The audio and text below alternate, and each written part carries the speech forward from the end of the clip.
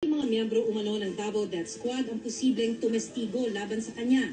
Yan sina Edgar Matubato at dating pulis Davao na si Arturo Las Cañas. Si Edgar Matubato, self-confessed hitman, ikinento sa Senate hearing noong 2016 ang pagpatay niya mula 1998 hanggang 2013. Ang trabaho namin, ma'am, ay pumapatay ng mga kriminal katulad ng drug pusher, rapist, snatcher. Ganyan ang pinapatay namin araw-araw, pinapatay namin. Isa raw siya sa mga unang miyembro ng Lambada Boys. Nakalaunan ay tinawag ng Davao Death Squad na binuo umano ni dating Pangulo Rodrigo Duterte nung mayor siya ng Davao. Maraming inamin na pinatay si Matubato sa utos umano ni Duterte. Isa rito ang radio broadcaster na si June Pala. Kasi po, parang binabakbakan siya sa radyo araw-araw, ma'am, araw-araw. Kasali ako doon sa operation pero hindi ako umabot ng operation. Paano po pinatay si June Pala? Inambush, ma'am. Saan inambush? Sa papunta ng bahay. Sa. Nabanggit din ni Matubato, isa umanong kidnapper na nahuli nila sa Sarangani at pinakain umano sa buhaya. Hindi ko alam, ma'am, ang pangalan. Basta dinala namin tapos pinatay namin. Pero ang pagpatay, hindi na ginamitan ng dahas, ng baril, ng ano. Pinakain namin ng buhaya doon. Saan? Sa Kapatagan, ma'am.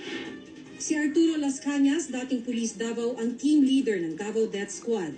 Dahil daw sa takot na unang itinanggi ni Las Cañas ang testimonya ni Matubato noong 2016. Pero noong 2017, lumutang para kumpirmahin ang pagpatay ng DDS sa utos umano ni Duterte. Isa raw sa unang naging misyon niya noon ang pagpatay sa umano'y drug lord sa Davao na si Alan Cancio. Dito nag-umpisa ang Davao Death Squad.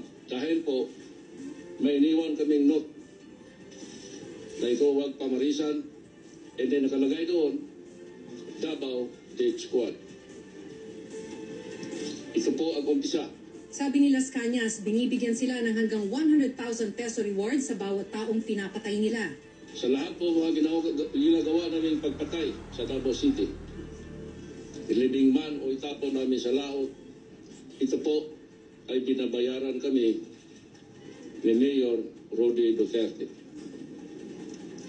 Kadalasan 20,000, minsan 50,000, at depende po sa status ng target, minsan 100,000. Kinatigan din niya ang kwento ni Matubato ng pagpatay sa broadcaster na si June Pala kung saan nakatanggap daw siya ng malaking pabuya mula kay Duterte.